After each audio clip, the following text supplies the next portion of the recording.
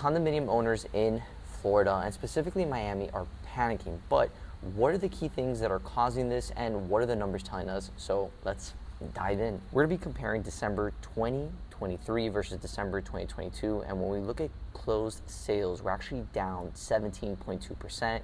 Cash sales are down 10.3%. The median sales price is actually up. So the median sales price is up 9.5% and pretty much bring us to $410,000. Dollar volume is actually down 5.2%. Active inventory is up 15.9. Current inventory is up 65.9. So what are these numbers telling us? Well, pretty much the demand in the condominium market is really slow and dying off. And there's a lot of things that are causing this, but believe it or not, rates are one of many other issues that are happening as to why we're not seeing the massive demand or the quick turnaround when it comes to selling these units. The key things to look at is the current and active inventory. So current inventory is pretty much inventory that's currently on the market right now, and then active inventory is inventory during that month that came online. So the current inventory is up 6.8 months of supply. Now take that into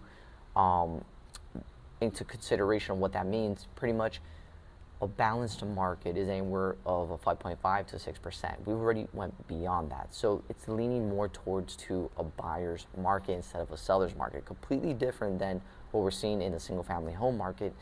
The condominium market right now is softening.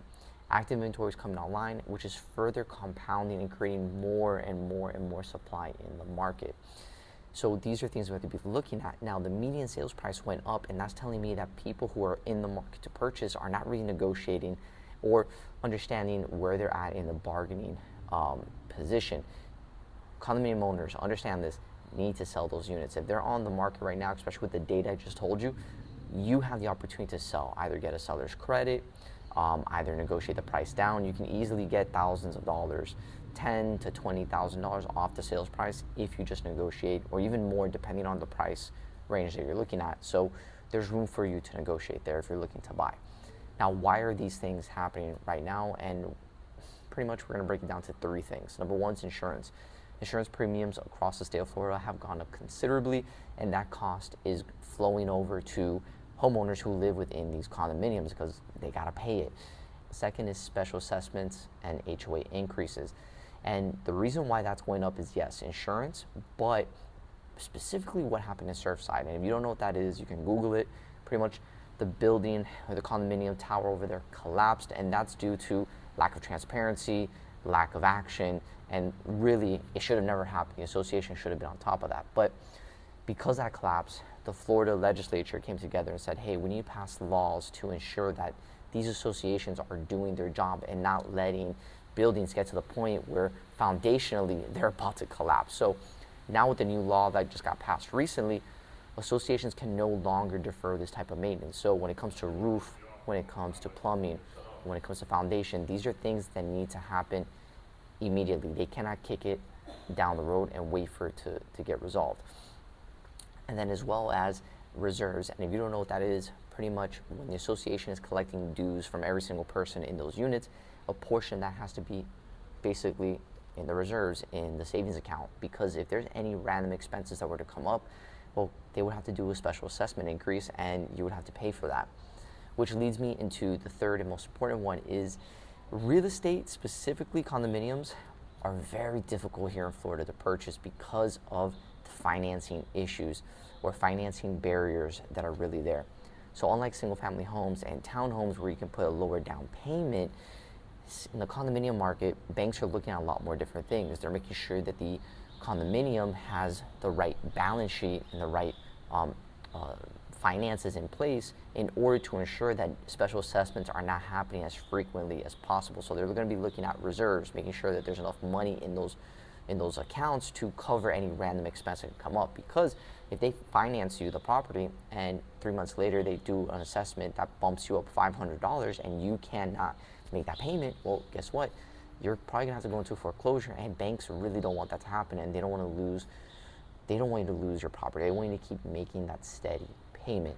So in order to avoid that, banks require condominiums that do not have enough reserves to put roughly 20, 30, maybe even 40% down to purchase. And most first-time home buyers or people looking to purchase, they really don't want to put 160, 100 plus grand into buying a condominium when they can buy a single family home or use that money for something else. So there's massive delays in purchasing, which cause the issues that we're seeing right now. So in my prediction, my forecast within the condominium market, if you're looking to buy, well, the opportunity is there. I would say be a little more patient because it's going, in my opinion, to drop furthermore, and there's going to be more bargaining power that you're going to have because the inventory is sitting on the market right now. It's sitting currently as we speak, and as the months go on, it's just going to further and further compound.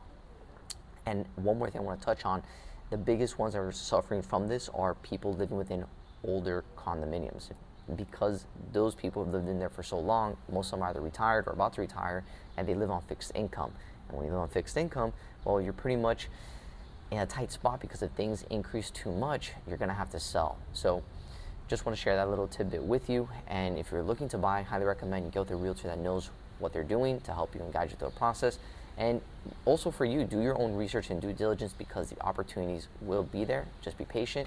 And if you found value from this type of content and you enjoy this type of style, which this is something new that I'm trying, I want to integrate this to what I currently do.